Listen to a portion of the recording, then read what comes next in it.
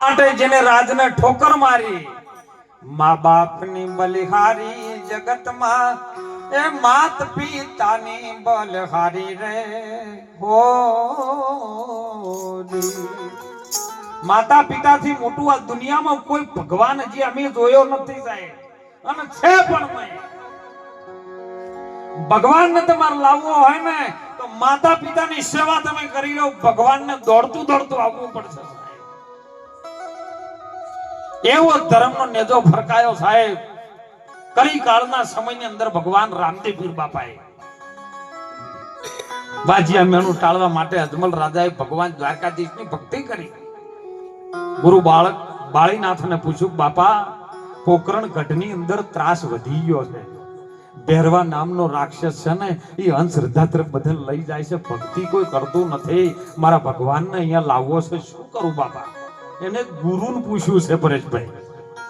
બાળીનાથે કીધું કે તમે ભગવાન દ્વારકા વાળા પાસે જાઓ, એ મારો નાથ ગમે બોને આવશે ને, કારણ કે અમે બાળીનાથ કે અમે હોભળ્યું છે એ કઈને ગયા તાન વીતી જાસી જુગ ચાર એ આલમ રાજા, તમે મારા મોલે પધારજો રે એ નકલાંગ રાજા. કઈ જાસી રહ્યા અને જરૂરી આવશે, તમે દ્વારકાધીશની ભક્તિ કરો.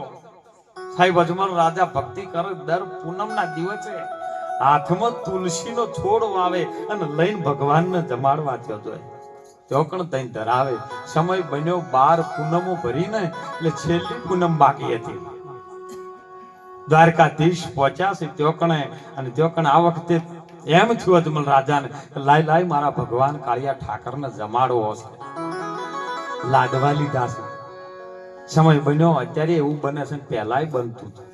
જઈને ઉભા એટલે સંધ્યા સમય થયો ને, એટલે ત્યોકણ મંદિરના દ્વાર પૂજારીએ બંધ કરવાનો સમય અને એને પહોંચવાનો સમય, કે ઉભારો મારા ભગવાનને લાડવા જમાડવા છે, હું આ લાડવા જમાડી લઉં પછી તમારા દરવાજા બંધ કરો. એટલે કે ગોડો થશે શું? તાણા તો જે ગોડા થયા ને પરમાર ભાઈ, એને ભગવાન મળ્યો છે. એ જોવો મારી આ તો ગોડાની વણઝાર, હે કબીર ગોડો મીરા ગોડી, હે જે ગોડો બન્યા છે ને એનો મારો નાથ છે સાહેબ. ડાયા તો ડાપણમાં દુઃખ પોમે અને ગોડા ગોમ પહોંચી જાય. અને સાહેબ કીધું બેન ચર્ચા ચાલી પૂજારી ને અને અજમલ રાજા કે મારા ભગવાનને લાડવા ખવડાવવા છે કાળિયા ઠાકરને. કે લે ગોડો છો શું છે નીકળ ને, ના મારા ભગવાનને હું લાડવા ધરાવું તો જ જઉં. એટલે પેલા પૂજારીના મનમાં કે મારો બધો આર્યો મોન છે લાઈને અમે કે તારે આ મંદિરમાં જે બેઠો ને એ તો પથ્થરની મૂર્તિ છે, કે લાડવા ના ખાય? કે ના, એ પથ્થરની મૂર્તિ લાડવા ના ખાય. ત્યાં અજમલ રાજાને રીહ ચડી સાહેબ, તા તો રીહ ચડાઈ કોક કરે, ટાઢો થઈને બેઠો શું કરે? હે હું તો ઘણી વખત કહું તમારે ચૂંટણી લડવી ને તો ટાઢો થઈને બેઠો ને એનો વિશ્વાસ ના રાખતા ને ચૂંટણી હરાવશે. કારણ કે એ વોટ હમણાં હલાવતો હોય ને પેલી બાજુ રમત રમતો હોય ને પ્રચાર કરતો હોય એ ટાઢો. અને પેલા ને કીધું કે ટાઢા પૂણી ખોળ ગાઢ નાખવાનો. એટલે પૂજારીએ કીધું કે પથ્થરની મૂર્તિ લાડવા ન ખાય, તારા અસલ ભગવાન જો જોવો હોય ને તો દરિયામાં ડૂબકી મારી, આ દરિયામાં ડૂબકી લગાય.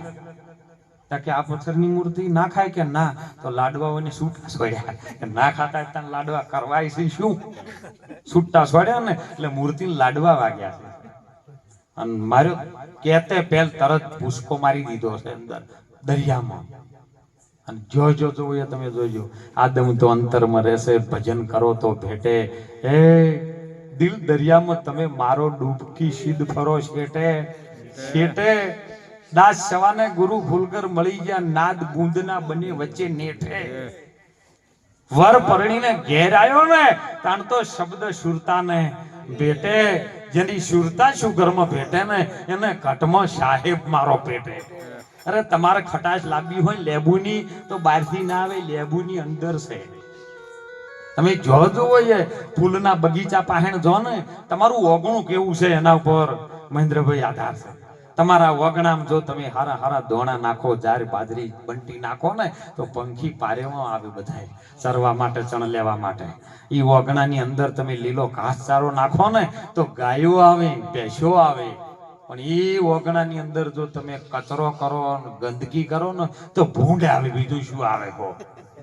તમારા વગણામાં તમારે શું નાખવું છે? એટલે હું તો એમ કહું છું કે જો ક્ષત્રિયના દીકરા હોય ને તો આમાં અંદર ખોટો ખોરાક ન નાખતા, ખોટો કચરો મોય ન નાખતા. એમ કહું આ વગણું છે ને મન એક મંદિર છે, એમાં રહેવા વાળો પરિબ્રહ્મ નારાયણ એ પરમાત્માનું ભજન કરો છો, પરમાત્મા તમારી ભીતર બેઠો છે.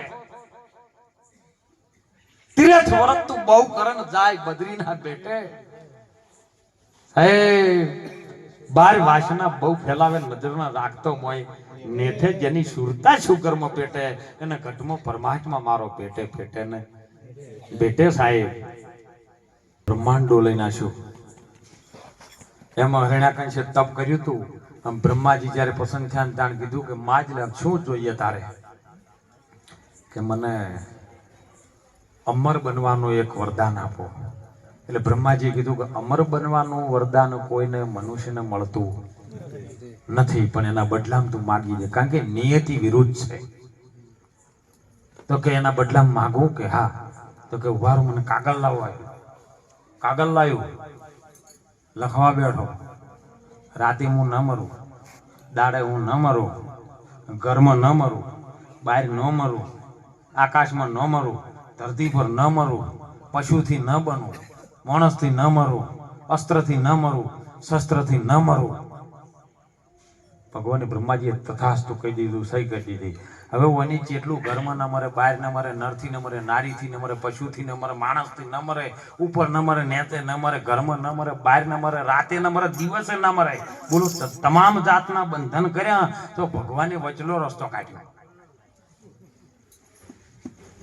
ઉંબરા ઉપર લીધો. બોલો સ્તંભ તપાયો ને, ફક્ત પહેલા જ ને કીધું કે હવે બાજુ ભરે સ્તંભ તપાયો.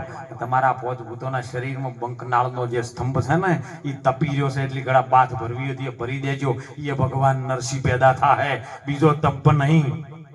અને એની અંદર તપે છે ને, જો ઠરી જાય ને તો કે ઉપાડો હોય થી આમાં સ્તંભ છે ને એ જો ઠરી જાય ને તો કે લઈ લો કોઈ નહીં હવે કોઈ આમાં. તો સ્તંભ નો તપાવ્યો એટલી ઘડા બાથ ભરી લેજો, નારાયણ પ્રગટ થાય. અને સાહેબ પ્રગટ થયો ને તંબુમાંથી, મારો નરસિંહ રૂપ ધારણ થયો. જેને બકરા પડાનો બોધ થયો, પછી કેવલ કેસરી સિંહ તો. અને સિંહ હોય કોઈ દાડો ડરે? હે ખોળામાં લીધો ચાંદ ઉપર, ભગવાને મોઢું સિંહનું બનાવ્યું, ધડ પુરુષનું બનાવ્યું. સાહેબ નરનું.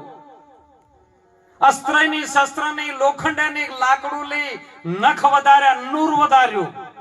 ખોળામાં લીધું, રાતે નહીં, દિવસે નહીં, સંધ્યાકાળનો સમય. પૃથ્વી ઉપર નહીં, આકાશમાં નહીં, ચાંદ ઉપર. ઘરમાં નહીં, બહાર નહીં, ઉંબરા વચ્ચે. અને સાહેબ આમ ચીરી નાખ્યો ને. બોલો એની એટલી બધી ગતિ કરી હતી ને, એટલું તપ કર્યું હતું ને, આટલું લખાયું હતું તોય નહીં રહ્યો. અને આપણે એક વીઘો હારો ના હોય, હે તોય ગામમાં 3 જણા અડફેટે લઈને નીકળતા હોય. બાયક લઈને નીકળે એટલે એમ લાગે કે આ તો હેલિકોપ્ટર લઈને નીકળ્યા છે શું.